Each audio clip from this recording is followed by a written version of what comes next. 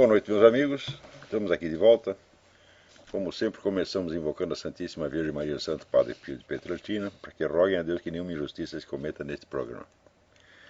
Quero lembrar a vocês que de 7 a 12 de maio eu vou proferir aqui em Colonial Heights, Virgínia, o curso Conhecimento e Moralidade, cujo programa se encontra no meu site www.olavedecarvalho.org.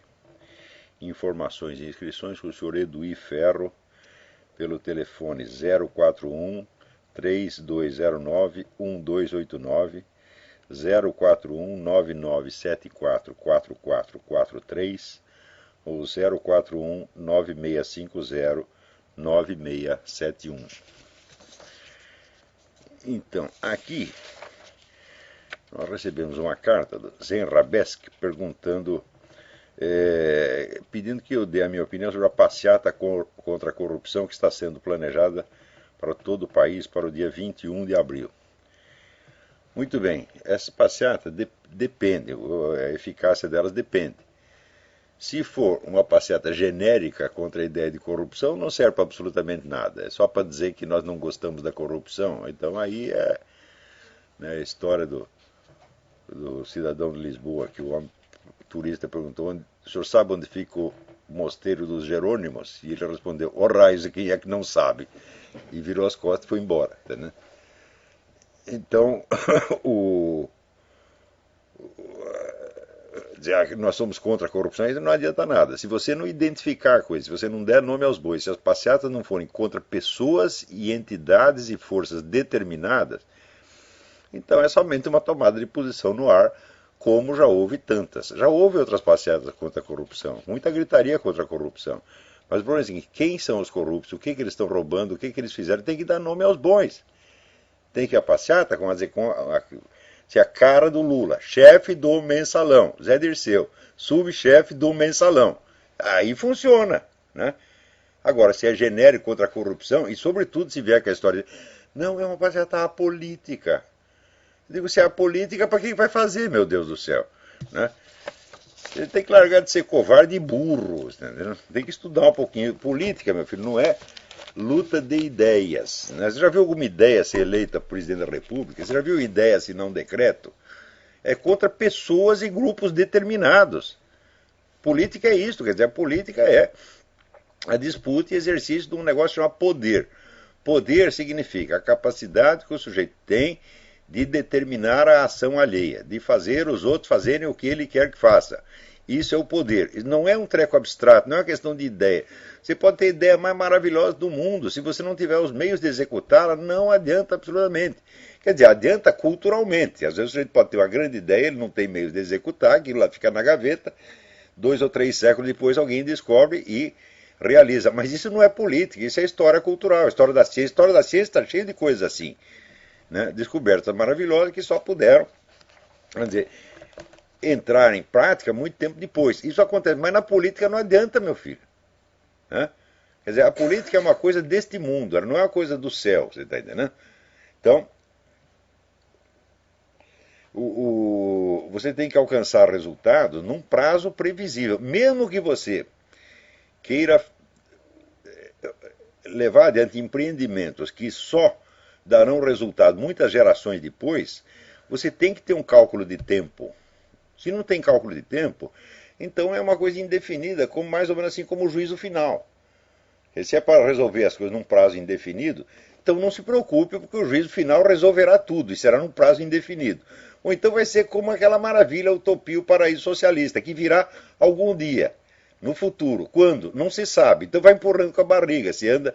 Passa 2 semanas, o futuro também caminhou para dentro 2 semanas. Né? Então, aquele negócio do... Né, o Brasil, que é o país do futuro, e será sempre. Não é isso?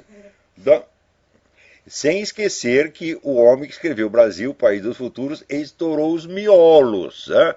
O pobre Stefan Zweig, o excelente escritor austríaco, né, que foi parar e disse que era o país do futuro, e logo em seguida... Né, se matou e levou a mulher dele. Claro que não foi por isso, mas é um mau sinal, né? Então, parem de fazer política contra ideias abstratas e comecem a mobilizar forças contra pessoas e grupos determinados. Né? Então, agora, Veja como são essas coisas. Aqui saiu uma pesquisa que o número de crimes sexuais, né, estupros, sodomizações forçadas e outras coisas do gênero estão aumentando formidavelmente nas Forças Armadas Americanas. Por quê? Porque é a política da diversidade. Você tem treinamento de sensibilidade, né, dos soldados, né?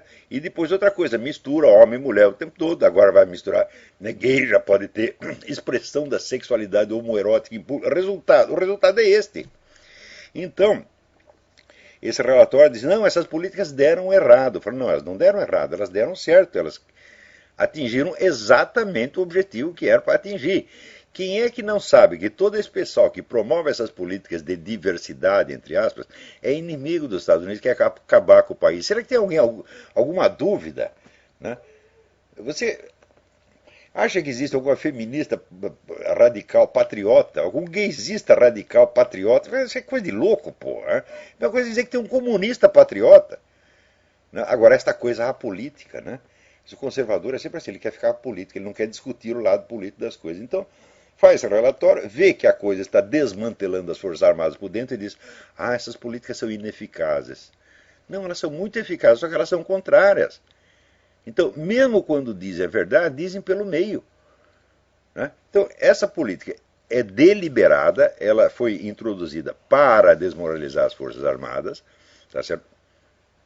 E para bagunçar completamente a formação dos soldados, bagunçar a cabeça deles e bagunçar a conduta deles, tá certo? O que vai ter reflexos terríveis na eficiência das Forças Armadas e na linha de comando. Foi feito para tudo isso. E quem é que quer isso? Barack Obama quer isso, meu Deus do céu. Então também é a mesma coisa, você reclama, mas não dá o endereço certo. Você está reclamando contra uma ideia. Né? Ora, a ideia é um ente anônimo, tá certo? E inapreensível, inabarcável. Você não pode dar um tiro numa ideia, você não pode dar uma porrada numa ideia, você não pode tirar uma ideia do seu cargo, você não pode fazer impeachment de uma ideia. Quando é que esse pessoal vai aprender isso, meu Deus do céu? Mas é o tal negócio. Se você veste a camisa de força das regras de polidez que essa gente impõe, tá certo? Pronto, eles já amarraram você e já têm poder sobre você. Mas eles não ligam para isso, não. Outro dia mesmo, na Fox News, entrevistando um deputado democrata, o deputado democrata de repente gritou, "What the fuck?" Daí todo mundo, blip. Quer dizer, pelo menos o pessoal esquerdista, eles falam português claro, no caso o inglês claro, tá certo? Mas aqui você fala, what the fuck, 15 pessoas desmaiam. Se você falar isso numa instituição conservadora, na Heritage Foundation, no Hudson Institute, tem meia dúzia de infartos na sua frente, eles ficam tão chocados. Agora, como é que pessoas tão sensíveis, tão delicadas, podem combater inimigos tão brutais quanto o comunismo, o radicalismo islâmico? Não podem, é por isso que estão perdendo. Então, infelizmente, quer dizer, o movimento conservador, ele é constituído em grande parte de burguesinhos. Não é isso? Esse é o problema também aí no Brasil. Tá certo? É por isso que os caras aí não gostam de mim. Porque, pô, eu estou falando português claro. Tá certo? E eu não aceito essa camisa de força da polidez, de uma polidez inventada. Tá certo? Só para um lado. Porque você leia, por exemplo, o que sai no vermelho.org. São coisas de uma brutalidade assim assustadora. Veja a linguagem do pessoal do Sem Terra. São acusações brutais, são calúnias, difamação assim ostensiva, e o outro lado fica, né, hesitando. Por exemplo, aqui a gente vê esse caso desse Trayvon Martin, né? Como é que começou isto? O repórter da NBC cortou a gravação da conversa entre um inspetor de quarteirão, seu Zimmerman, tá certo, e a polícia. Então, o Zimmerman dizia, olha, tem um cara aqui numa tudo suspeita. O cara da polícia perguntava, ele é preto ou branco? Daí ele disse, eu acho que é preto.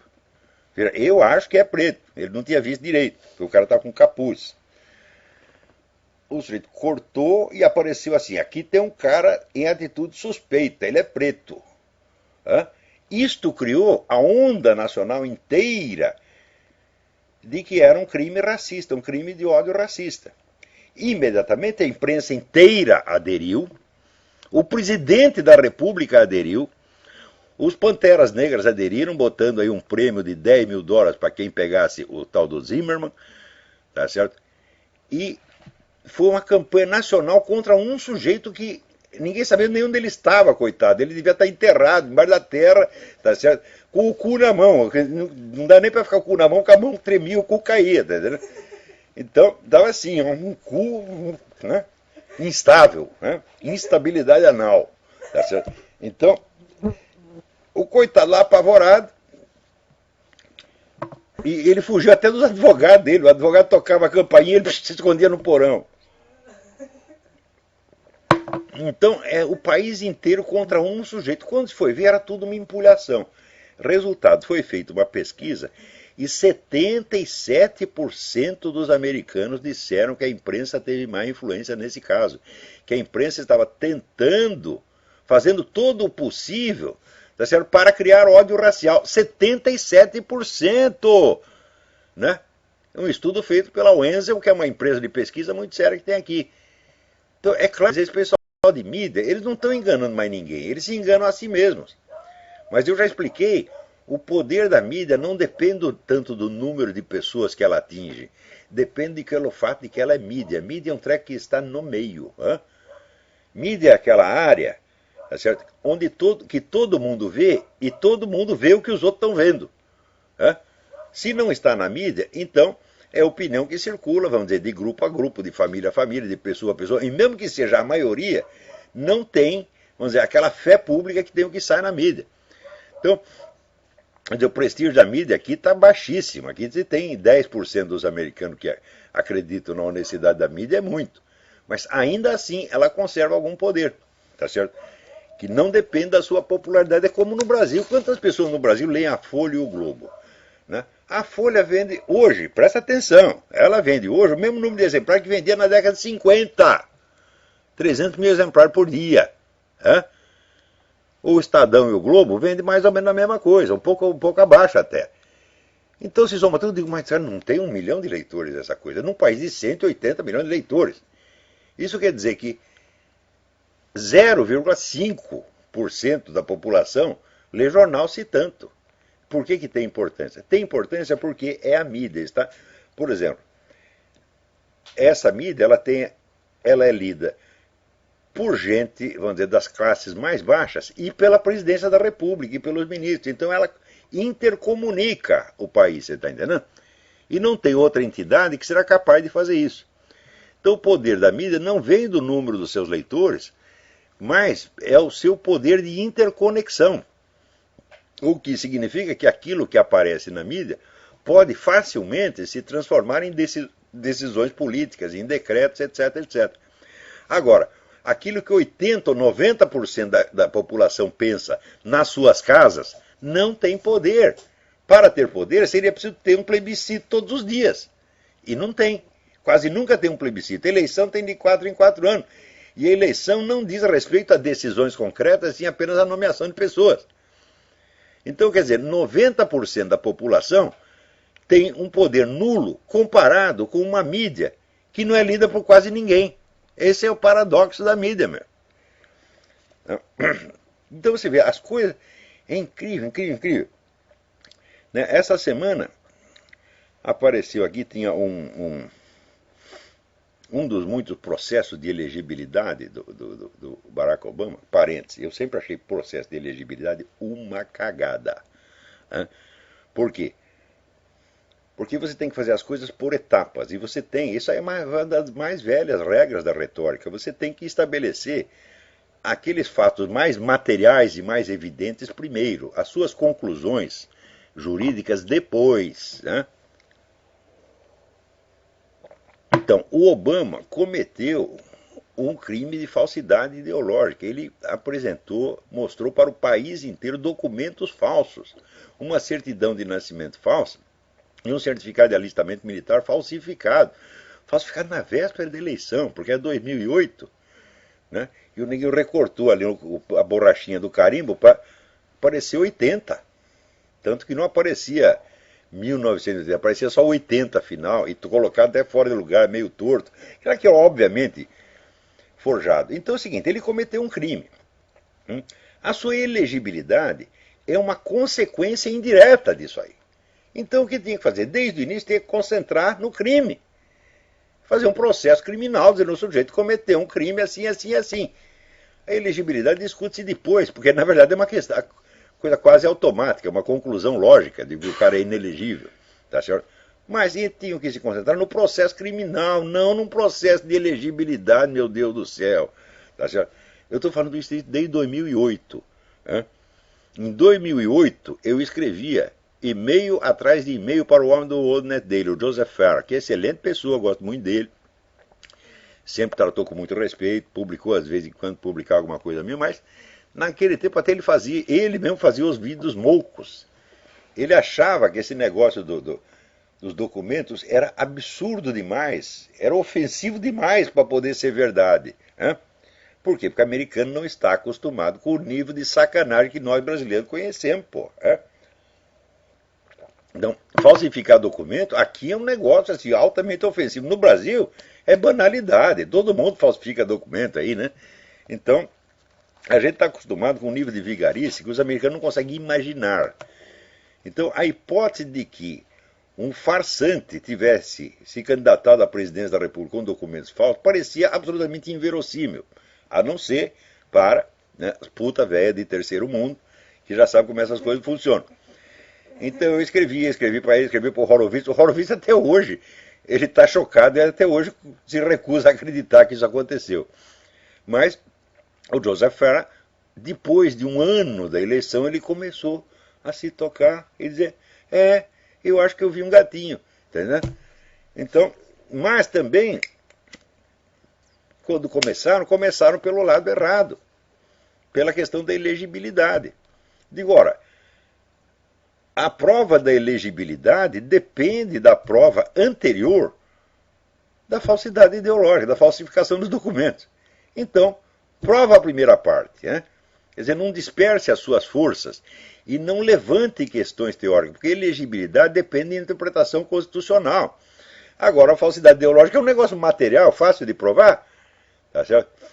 Então, até o próprio WorldNet dele, quando soltou, vamos dizer, o seu número especial a respeito disso, o número chamava-se uma questão de elegibilidade. Errado! Hein? É uma questão de crime, porra! Hein? Elegibilidade é uma consequência. Então, quando você fala que é uma questão de elegibilidade, logo a coisa já se dissolve em debates constitucionais. Mais ainda, uma coisa que ninguém está percebendo. Por que o senhor Mitt Romney está querendo escolher como vice-presidente o senhor Marco Rubio, que também não é cidadão nativo americano? Hein? Então, isto mostra uma coisa que eu estou dizendo desde o início. Quer dizer, aí existe um plano para impor o estrangeiro como governante americano e fazer todo mundo aceitar. Isto é um elemento importante, é uma etapa importante da quebra da identidade nacional e da quebra da soberania nacional. Mas ainda, isso aí não é sacanagem de democrata. Isso aí vem de muito alto, tá certo? E tem democrata e republicano envolvido do mesmo jeito, tá certo? Quando o Sr. George Soros disse aos seus investidores, não se preocupem, porque a presidência Romney não vai ser muito diferente da do Barack Obama, ela disse que já estava falando disso. Você já vê, quer dizer, por que depois de você ter 4 anos, tá certo, de preocupação e de angústia, sem saber se o presidente é legítimo ou não, sem saber se ele é estrangeiro ou não, você já vai empurrar o outro estrangeiro lá. E isso vem do partido do outro lado. Gente, isso vem de muito de cima, isso vem, sei lá, do CFR, do Rockefeller, sei lá, é da turma globalista, que são os verdadeiros governantes do mundo e para os quais a destruição da soberania nacional americana é importantíssima. Não é isso? Eles têm 2 países que eles querem destruir, que é os Estados Unidos e Israel. Eles a pedra no caminho, que são os países que ainda têm identidade nacional e capacidade de resistir. Então, por falar em Israel, esta semana estamos comemorando 10 anos do famoso massacre de Jenin, que é outra coisa que foi denunciada no mundo inteiro, né? Ah, os israelenses massacraram lá um bando de palestinos desarmados, coitadinhos, etc, etc, etc. E ficou esse zum na mídia do mundo inteiro um tempão. Até que foi a comissão da ONU, vocês não vão dizer que a ONU é pró-Israel, né? Foi a comissão da ONU lá e viu que todos os cadáveres palestinos estavam tudo armado, era tudo guerrilheiro. E no combate morreram 52 combatentes palestinos e 23 israelenses. Então foi um combate como qualquer outro, do qual os palestinos, como sempre, levaram a pior, porque essa gente para fazer guerra não é de nada. Eles são bons para se estourar assim mesmo no supermercado e fazer um monte de velhinho e criança voar. Na hora, tá certo, do pega para capar, tá certo, eles não são de nada, tá certo. Napoleão, quando tinha um soldado incompetente, ele já dizia, isso aí é que nem um árabe, tá entendendo? Então, esse pessoal na guerra não é de nada, tá entendendo? Mas já foram, em outras épocas já foram, mas agora não é nada. Então por que recorre? É terrorismo, homem-bomba, e sobretudo, ó, muito blá blá blá. Né? E eu lembro que na época tinha um sujeito daquela revista Caros Amigos, que eu chamava de Caros Umbigos, porque era uma autoexibição de nós, como nós somos lindos, maravilhosos, etc. Então, o sujeito da Caros Umbigos, eu nem lembro o nome do desgraçado, ele dizia, eu sou testemunha ocular do massacre de Jenin, eu vi lá as mulheres e crianças, etc, etc. Quando a comissão chegou lá, não tinha mulher nenhuma, tinha criança nenhuma, só tinha 23 guerrilheiros, não, 52 guerrilheiros palestinos. Né? Mas o cara foi testemunha ocular. Né? Você pensa que ele pediu desculpa? Mas nunca. Esse pessoal, quando é pego numa mentira, eles inventam uma mentira pior. É sempre assim. Né? Então, também esta semana, num desses processos de elegibilidade, tinha lá a advogada do Obama, a senhora Alexandra Hill, que veio com o seguinte argumento: a certidão do Barack Obama não pode ser inserida num processo, como prova num processo de elegibilidade, porque ela é falsa. Não é um argumento maravilhoso? Não é isso? Então é a mesma coisa que dizer assim, olha, eu sou um ladrão, então eu não posso ser julgado por leis feitas para pessoas honestas. Tem que ter uma lei especial para mim. Olha, é um princípio do direito, mas os caras não conhecem o princípio do direito, aqui eles não estudam muito direito romano, né? Eles vão para aquele negócio da lei consuetudinária, que é uma confusão dos demônios. As pessoas acham que o sistema judicial americano é uma beleza. O sistema judicial americano é uma merda, é uma confusão dos diabos. Né? Tinha uma lei, tinha um ditado que dizia o seguinte, olha, bolsa de mulher, cu de porco e cabeça de juiz pode sair qualquer coisa. Tá entendendo? E é verdade. Né? Aqui também pode sair qualquer coisa. Então eles não conhecem o princípio de direito que diz que o acusado não pode alegar a sua própria torpeza como atenuante do crime. O sujeito não pode dizer, eu assassinei porque eu sou assassino por natureza, então vocês não podem me julgar. Eu roubei porque eu sou ladrão por natureza, tá certo? Tem alguns que são mesmo. Não é isso? Eu sou vigarista por natureza e vocês não podem me julgar. Tá certo? Então aqui está a mesma coisa. Não pode usar o meu documento como prova porque eu falsifiquei o documento. Então isso é maravilha, você falsifica o cheque, não é isso? E recebe o dinheiro, e daí o cara diz para o professor, não, você não pode usar esse cheque como prova porque esse cheque é falso. É a mesma coisa, porra. Né? Então, também num outro processo, ou no mesmo, também se alegou o seguinte, alegou e o juiz acreditou, o juiz aceitou. Mas isso já é um argumento um pouco mais elegante. Que a lei de New Jersey permite que um sujeito seja indicado como candidato por terceiro sem ser consultado. Então, graças a isso, ele não precisa apresentar prova nenhuma de que ele é um cidadão nativo e de que ele é elegível. Porque ele não foi nem indicado por ele mesmo. Então você vê, pelo número de truques que esse pessoalzinho está usando, prova, tá certo? Que eles estão com um negócio desonesto por trás. Isso está ficando cada vez mais óbvio e eu acredito que o Obama não vai escapar disto. Porém, eu acredito que, vamos dizer, uma medida séria contra o cara virá muito tarde. Só a merda que ele já fez até agora levará 50 anos para desfazer. Você vê, esta semana ele disse, eu vou dar um jeito no preço alto do petróleo. O que ele fez? Criou uma super comissão que vai ficar com todos os poderes sobre a indústria do petróleo. Ele está louco para estatizar a indústria do petróleo. Né? E a coisa mais óbvia do mundo, o preço do petróleo está alto. Por quê? Porque o petróleo é tudo importado. E custa os tubos. E é comprado de inimigo. É comprado até do Irã, você está entendendo? Do Irã, da Venezuela. Então os caras levam o preço. O Obama não deixa abrir um puto de um buraquinho para tirar petróleo. Esse país tem 25 vezes mais petróleo do que o resto do mundo somado. Presta atenção. Principalmente agora que a tecnologia do xisto bituminoso progrediu muito. Antigamente era difícil tirar petróleo do xisto, agora é uma moleza. Né? E o Obama não deixa ninguém mexer em nada. Tampou todos os buracos. Né? Ele não é que nem o Clinton. O Clinton destampava todos os buracos, ele tampa. Né? Então...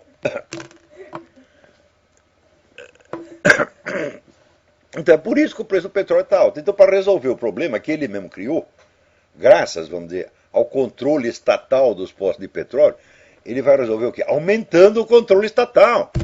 Mas quem é que não sabe que isso vai aumentar mais ainda o preço do petróleo, porra? Né? No entanto, a mídia inteira noticia. Né? E a revista Time, né? Hoje, por exemplo, saiu o nome da Time, as 100 pessoas mais notáveis do mundo. Eu digo, junto a essas 100 pessoas mais notáveis, nenhuma delas é capaz de entender que o Obama é um farsante. Eu falo, são notáveis em quê? Isso é um bando de idiota. Né? A Dilma está na lista. Né? Você vê aqui, a Hillary elogiou a Dilma por seu combate à corrupção. Que combate, porra? Hã? Não tem absolutamente nada, é zero, zero, zero, zero. Né? No entanto, né, eu acho que até que a Hillary acredita nisso.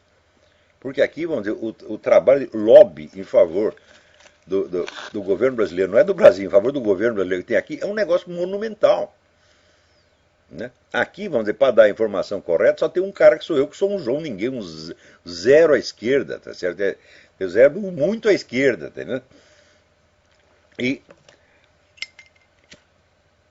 no entanto, o PT tem agências, tem ONGs, tem escritórios de lobby aqui, é um negócio de um poder extraordinário. E essa merda toda chega no governo, e o governo acredita. Né?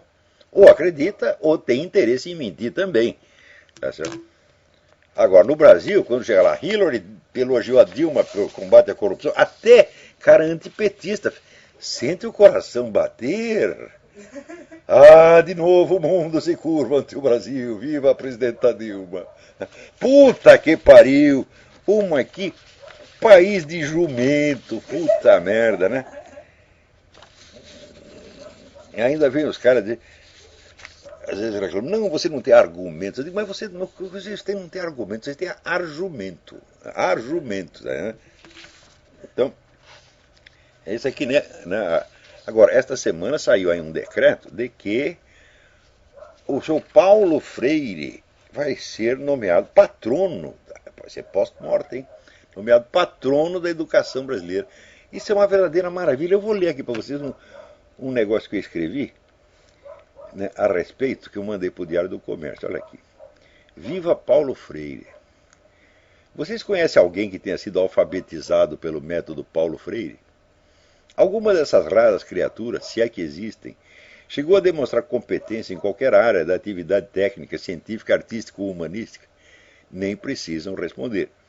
Todo mundo já sabe que, pelo critério do pelos frutos conhecereis, o célebre Paulo Freire é um ilustre desconhecido. As técnicas que ele inventou foram aplicadas no Brasil, no Chile, na Guiné-Bissau, em Porto Rico e outros lugares. Não produziram nenhuma redução das taxas de analfabetismo em parte alguma.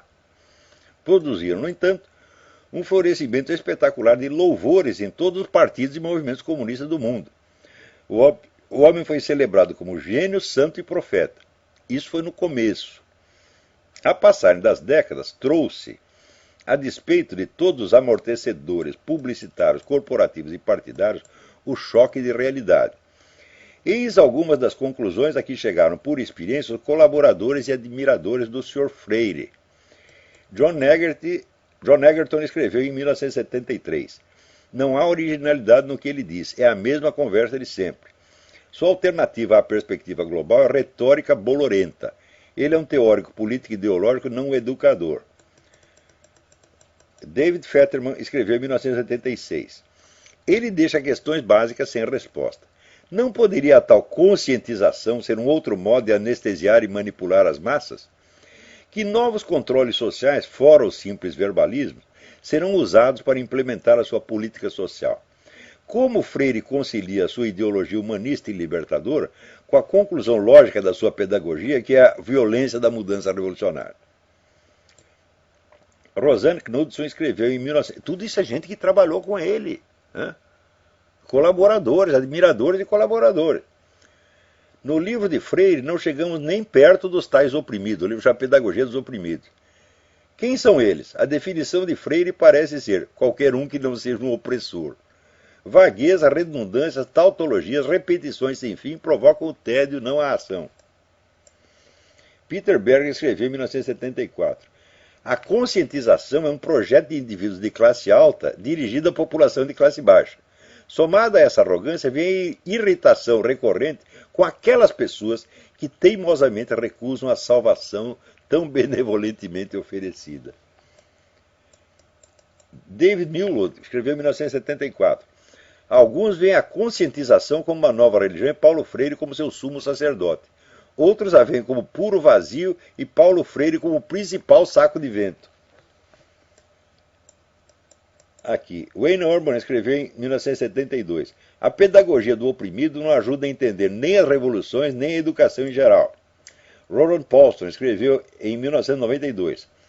Sua aparente inabilidade de dar um passo atrás e deixar o estudante vivenciar a intuição crítica nos seus próprios termos, reduziu Freire ao papel de um guru ideológico flutuando acima da prática.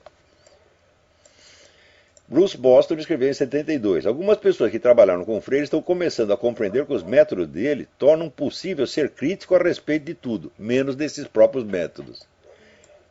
Outros julgamentos do mesmo teor encontram-se na página de John Oliger, um dos muitos devotos desiludidos. Daí eu dou o endereço aqui, depois vai publicar no Diário do Comércio.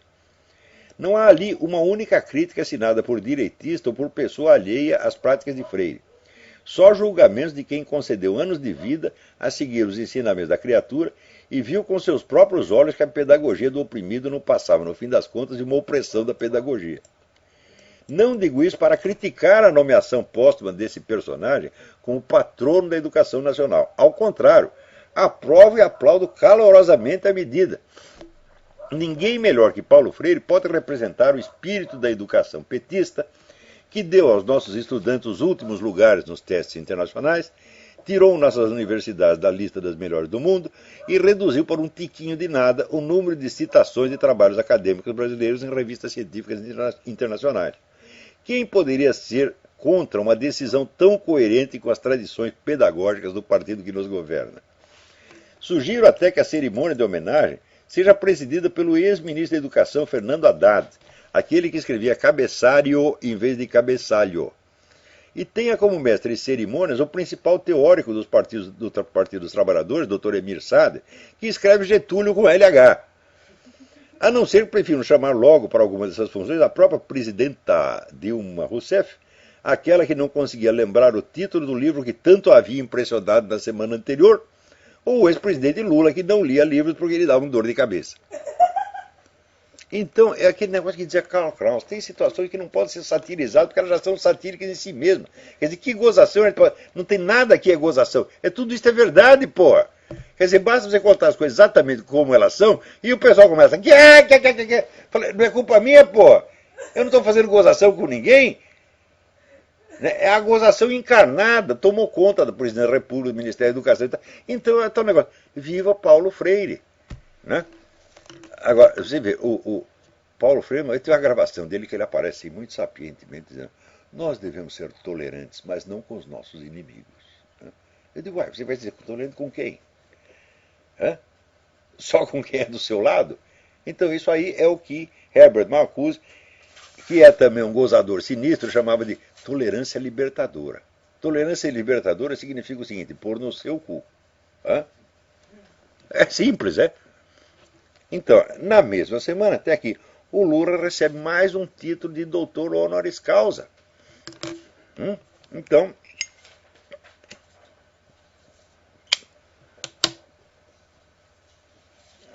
né, aliás, aqui, eu estou seguindo o decreto de que tem que escrever presidenta. Né?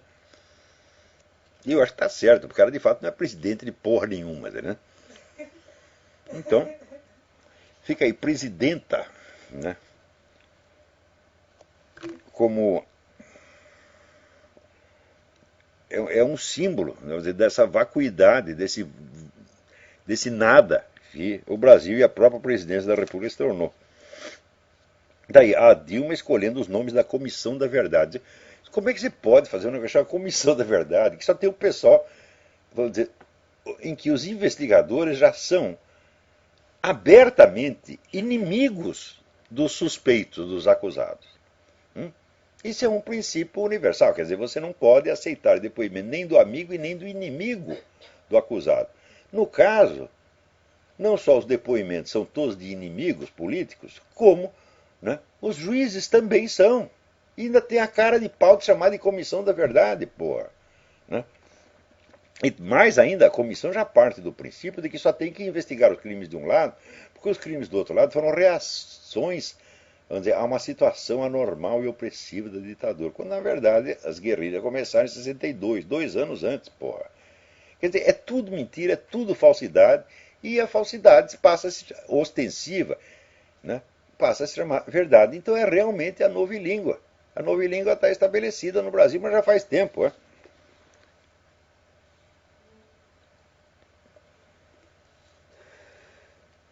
Agora, veja que coisa, saiu uma lista de direitos da Comissão de Direitos Humanos da ONU, né? E entre a lista dos violadores está Cuba, mas também está a Colômbia. Né? Só que você vai ver, peraí. Quais são os direitos humanos? Eles falam o deslocamento forçado de populações, não é isso?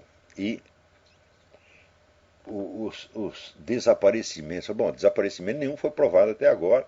Aliás, esta mesma semana, a Procuradoria já decidiu que vai impugnar a sentença que condenou o Coronel Plaças, né, e está falando coisas horríveis a respeito dos juízes. Quer dizer que eles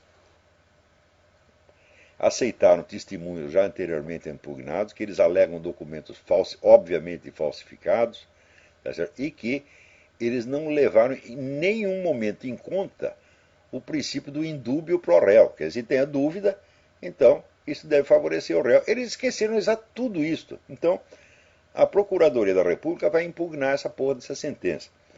Então, agora, o desaparecimento forçado, né? Curiosamente, fica no ar a ideia de que o governo fez desaparecimento forçado. Mas deslocamento forçado de populações inteiras, coitadinhas, obrigadas a abandonar as suas residências e a perambular pelas ruas de Bogotá pedindo esmola. Eu vi essa gente na rua, famílias e mais famílias. Tinha uma região, inclusive, que só morava preto. Então, aqueles bandos de preto, tudo, vamos mandar para a Colômbia e está tudo lá, chapéu na mão, tá certo? E só que é o seguinte, quem expulsou essa gente foi as Farc. Essa turma odeia as Farc. E o advogado deles, Dr. Fernando Vargas, até já contei a história, eu conheci na Colômbia, parecia um hominho gordinho, todo elegante assim, né? No meio de um negócio, a conferência que eu estava fazendo para empresários, eu vi aquele cara, falei, lá vem mais um desses empresários que por ter dinheiro acha que sabe tudo, né? Eu julguei o cara pela aparência e não era nada disso, ele é um herói nacional, era o advogado da população pobre, né? Expulsa do seu território, tá certo? E é tudo vítima das Farc. Agora, no documento da OEA, fala-se a Colômbia, de modo geral, não fala as Farc. Então, quem foi o governo colombiano. Quer dizer, você está acusando a vítima, porra. O governo colombiano é o que está fazendo o possível para parar com esta merda e para proteger as pessoas que foram expulsas. Que eu vi na rua, conversei com ela, conversei com o advogado delas, eu sei o que está se passando lá, pô.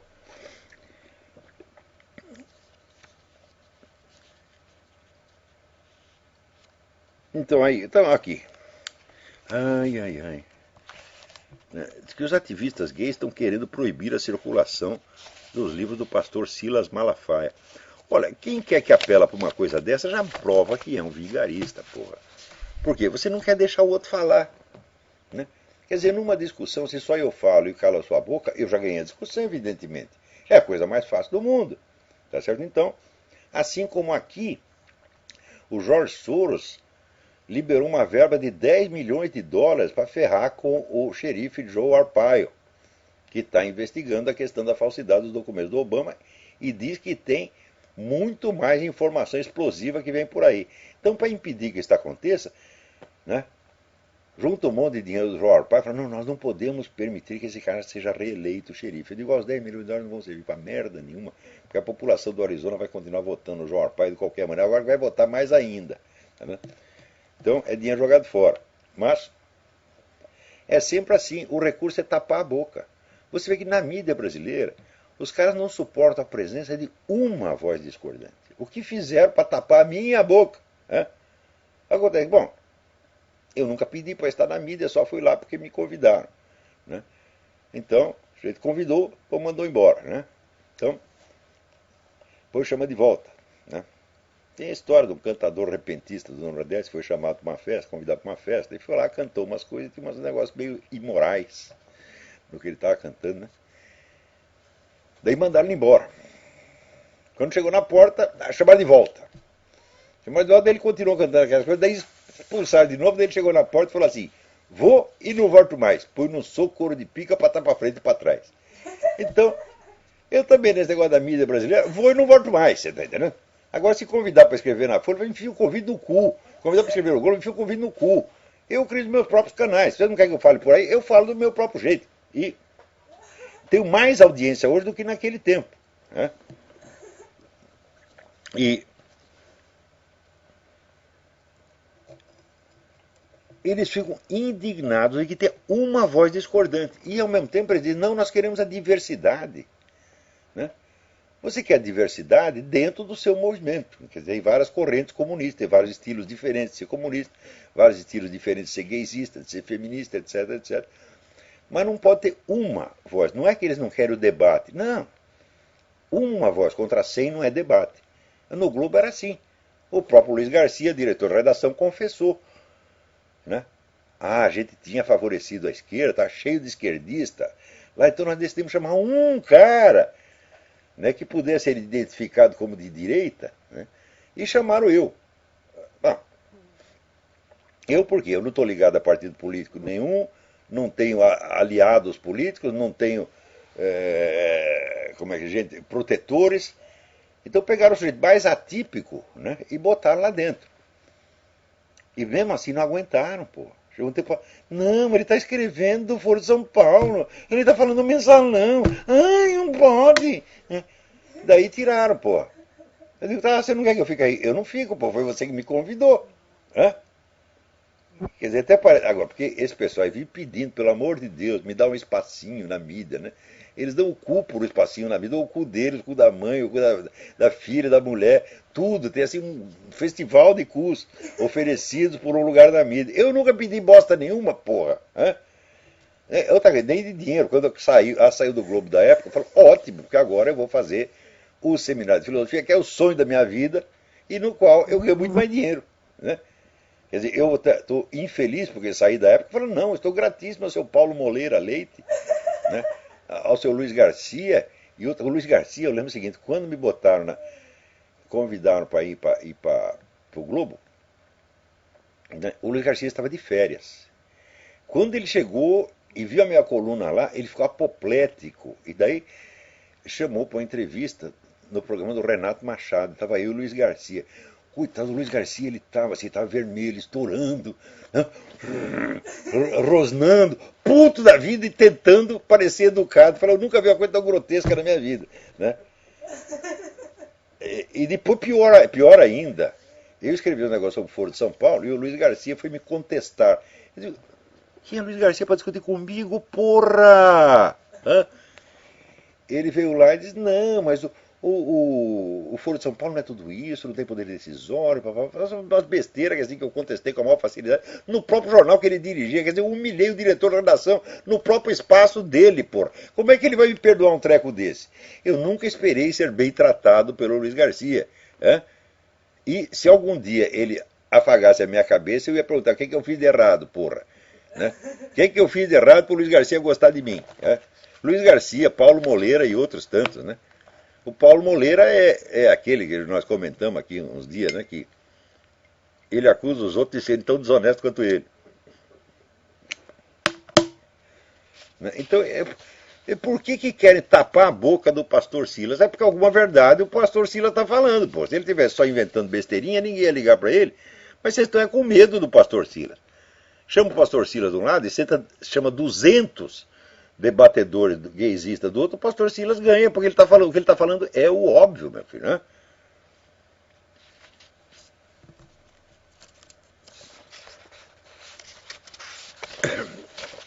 Então, agora estão botando professoras transexuais para ensinar para criancinhas. Claro que isso é um apelo sexual, meu Deus do céu. Quem é que não sabe? Né?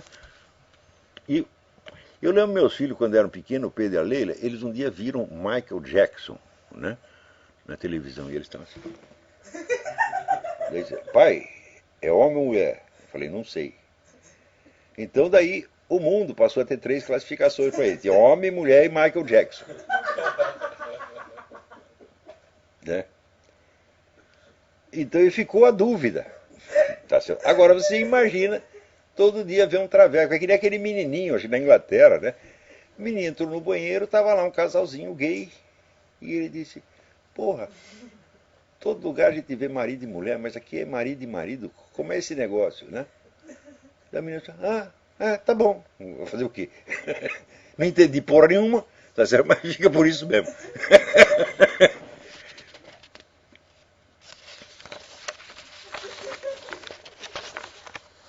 Aqui, veja como é essas coisas. A maior empresa de abortos do mundo lança campanha de oração. Oração para quê? Para ter mais abortos, para matar mais criancinhas. Então, eles vão fazer, né, aquelas correntes de oração, orar pelas mulheres para as quais uma gravidez não é uma boa notícia, para que saibam que elas têm a escolha de abortar. Né? Mate o seu bebê. Né? Então, orar pelas famílias que escolhem abortar para que conheçam a bênção desta escolha. E é sempre assim, o argumento é sempre aquele: são milhões de mulheres que estão morrendo por causa do aborto ilegal. Milhões o caralho. A estatística do SUS no Brasil mostra que é 100 e poucas mulheres por ano. Quer dizer, por causa de 100 e poucas mulheres, né, que poderiam facilmente ser assistidas e ter os seus filhos, adotar 100 crianças, o que é isso para o governo brasileiro? Né? Não é nada. Né? Não precisa nem o governo, você faz um anúncio: ó, tem 100 crianças que precisam de adoção, vai correr um monte de casal lá para adotar as crianças. Então, eles mentem, e uma vez desmentidos, continuam mentindo como se nada tivesse acontecido. Quer dizer, usar mentira como premissa para fundamentar a mentira seguinte é a coisa mais velha do espírito revolucionário. É o hábito mais velho do espírito revolucionário. Agora, voltando aqui ao Paulo Freire, até eu lembrei um negócio, porque o Alessandro aqui ele diz que os gregos, em matéria de educação, eles inventaram a paideia, que era o sistema educacional grego. Então, no Brasil, eles inventaram a peideia. Então, né, o ministro da Educação, Fernando Haddad, o doutor Emir Sader e o falecido Paulo Freire, eles são os representantes máximos da peideia. Né?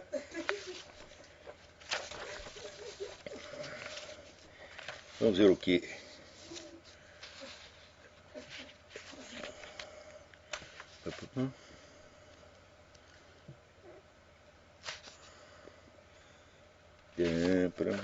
Nossa, tem tanta coisa aqui.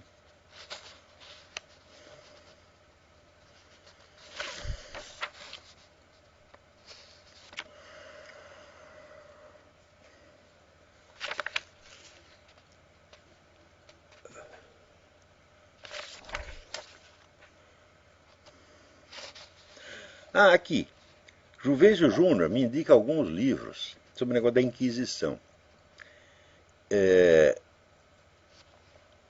Ele sugere o livro Saiu agora o livro do professor Felipe Aquino, Para Entender a Inquisição. Esse parece um livro importante. O Felipe Aquino é um homem muito erudito, muito sério, né? Se bem que, para o meu gosto, educado demais, né? Sugere que o livro que eu não conheço, João Bernardino Gonzaga, A Inquisição em Seu Mundo.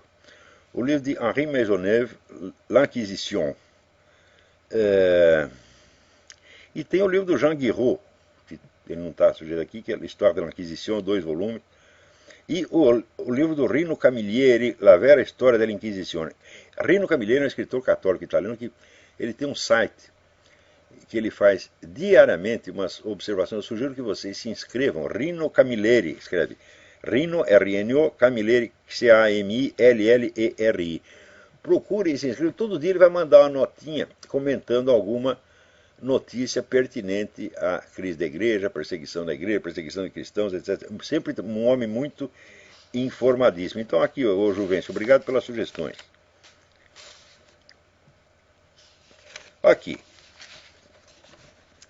Saiu aqui no Globo uma entrevista com a dona Alexina Lins, né? Evidentemente, como se trata de uma militante comunista histórica, o Globo se derrama em elogios, né? É uma coisa linda, tudo ali em família. O Globo é a célula comunista, quem é que não sabe, né? Há muito tempo, desde o tempo da ditadura já era. E ela foi casada com Francisco Julião, que era o chefe das ligas camponesas. Ela que confessa que ela trazia armas para as ligas camponesas antes de 64. Né? E vocês sabem como é que foi essa história, né? Uma correspondência entre o Francisco Julião e o Fidel Castro, tratando desse negócio da guerrilha que estavam montando ali nas ligas camponesas, foi entregue para um cidadão boliviano que estava indo para Cuba, um diplomata boliviano. O avião diplomata caiu. E daí apareceram os documentos. E caiu, acho que não lembro se no Peru ou no Chile. Então o governo do país pegou aqueles documentos e trouxe para o presidente da República brasileira, João Goulart, né, para que ele tomasse a devida providência, abrisse o inquérito. Em vez de abrir o inquérito, o que ele fez? Entregou os documentos tudo para o Fidel Castro e ficou quietinho. Quer dizer, isso é crime de alta traição, meu Deus do céu. Quer dizer, está havendo uma intervenção estrangeira no seu país e você a esconde para beneficiar o país atacante contra o seu país. Quer dizer, só isso já era motivo para tirar o João Goulart de lá a pontapé. Né? Tudo isso aconteceu e está contado no livro da Denise Rolenberg. Agora ainda vem essa senhora Alexina Lins, que ainda confirma o negócio. O mesmo jornal que publica isso, por outro lado, diz que as guerrilhas foram uma reação legítima ao governo ditatorial. Quer dizer, essa é a cara de pau infinita, ilimitada, né? E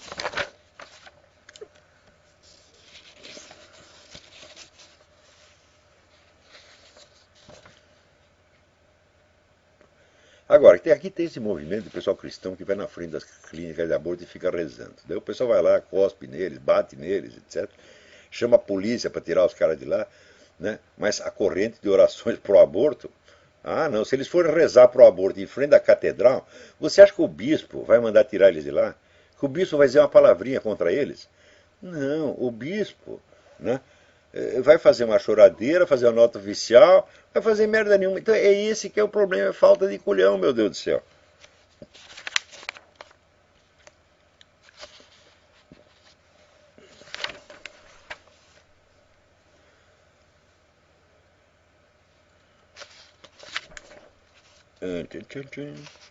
Não, peraí, o nosso tempo já acabou. É.